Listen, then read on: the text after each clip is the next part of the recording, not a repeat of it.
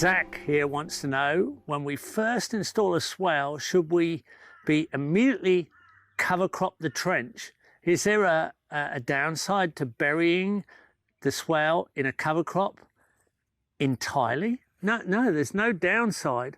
The idea is you cover it with a cover crop that's annual and fast, so you control all the topsoil and hold it stable so there's very little erosion, and then you convert it to a perennial cover crop like this as you get the trees to go over the top. So you use a fast growing, usually an agricultural seed cover crop. That's how you get it cheaper. You can usually get a legume like a vetch or a cowpea or something like that, and it can usually come with an inoculum that you can add to the seed, so guarantee it's going to fix nitrogen. It's going to help structure the soil with its roots. It's going to add nitrogen.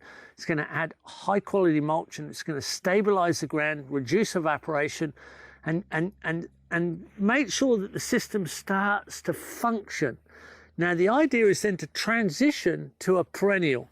Here I'm in amongst a perennial ground cover peanut. This is pinto peanut, and over under the food forest here we've got Singapore daisy. They're all perennial ground covers, and they're all going to be shaded out, and some of the Singapore daisy is already getting shaded out by the tree cover. So later on this gets taken over by the root zone. So this is an important part of establishing a swale, because it is the definitive swale is a tree growing system. So you go from dominating the whole area with annual cover crop, perennial cover crop, and then trees that then control that ground cover.